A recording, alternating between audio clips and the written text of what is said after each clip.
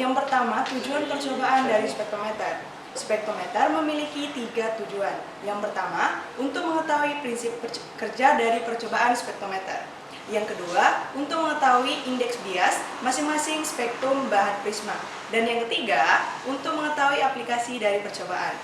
Yang kedua, yaitu teori.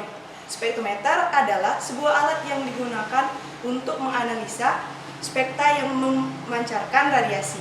Prinsip kerja spektrometer adalah cahaya didatangkan lewat celah sempit yang disebut kolimator. Kolimator ini merupakan fokus lensa, sehingga cahaya yang diteruskan akan bersifat sejajar. Selanjutnya yaitu peralatan dan fungsi. Yang pertama yaitu spektrometer. Spektrometer ini terdiri dari beberapa bagian. Yang pertama yaitu kolimator. Kolimator ini berfungsi untuk mensejajarkan cahaya yang keluar dari celah. Kemudian ada teleskop. Teleskop ini kita gunakan untuk melihat spektrum yang terbentuk dari dispersi cahaya. Kemudian ada meja skala. Meja skala ini gunanya untuk menghitung berapa sudut yang terbentuk.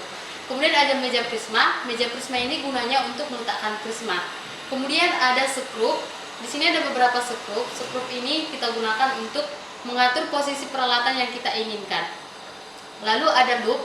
Loop ini kita gunakan untuk mempermudah pembacaan skala. Selanjutnya ada statif. Statif ini sebagai penyangga dari si lampu NA.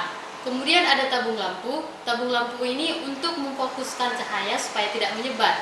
Lalu dalam tabung lampu ini ada lampu NA, yaitu sebagai sumber cahaya yang akan didispersikan.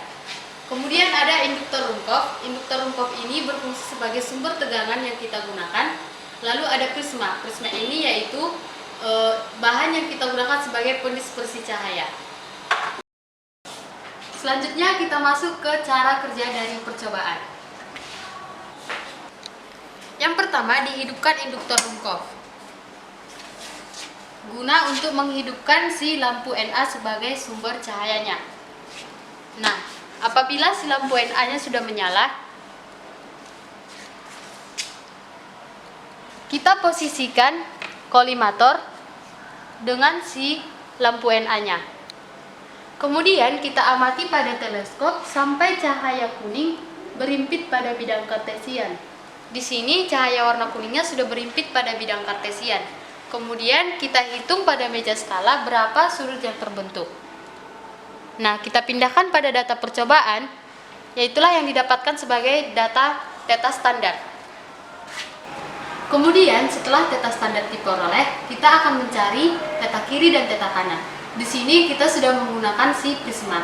Prisma di sini memiliki dua sisi, yaitu sisi kasar dan sisi halus. Nah, untuk mencari theta kiri dan theta kanan, di mana sisi kasar dari prisma menghadap meja prisma dan sisi segitiganya menghadap ke kolimator. Nah, untuk mencari theta kiri, kita geser teleskopnya ke arah kiri sampai cahaya warna kuning berimpit pada bidang kartesian.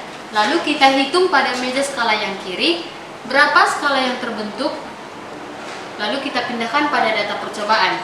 Kemudian untuk theta kanan, kita geser ke arah kanan sampai cahaya warna kuning berhimpit pada bidang kartesian.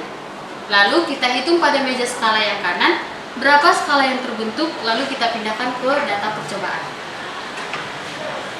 Oke, selanjutnya untuk mencari theta warna dari keempat spektrum warna yang kita inginkan.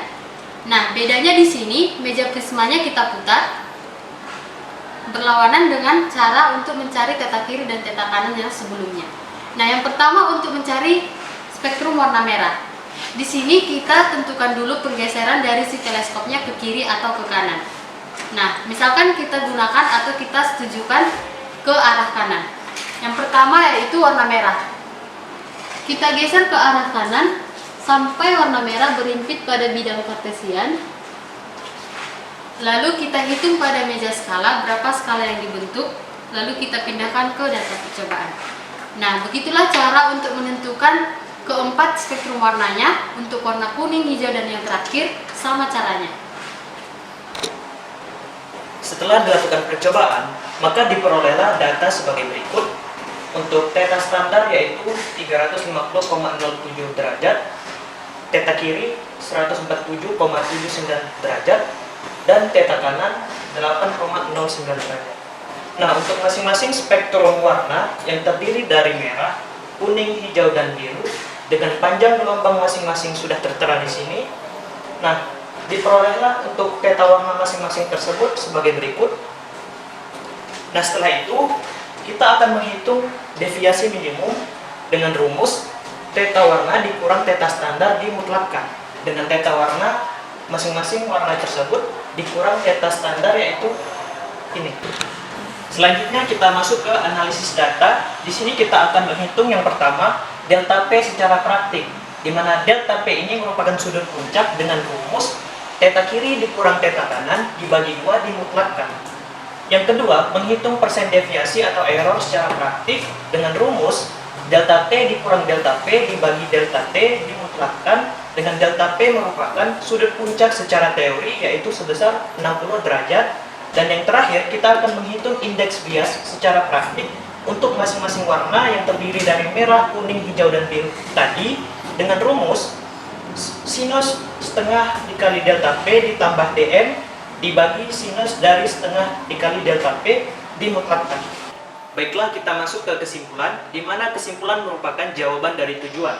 Kesimpulan yang pertama yaitu prinsip kerja pada spektrometer adalah berprinsip pada sifat cahaya, yakni dispersi, di mana dispersi merupakan penguraian cahaya polikromatik menjadi cahaya monokromatik. Yang kedua yaitu indeks bias dari masing-masing spektrum warna dapat kita lihat dari analisis data nomor 3. Dan kesimpulan terakhir yaitu aplikasi dari percobaan ini dapat kita jumpai pada proses terbentuknya pelangi.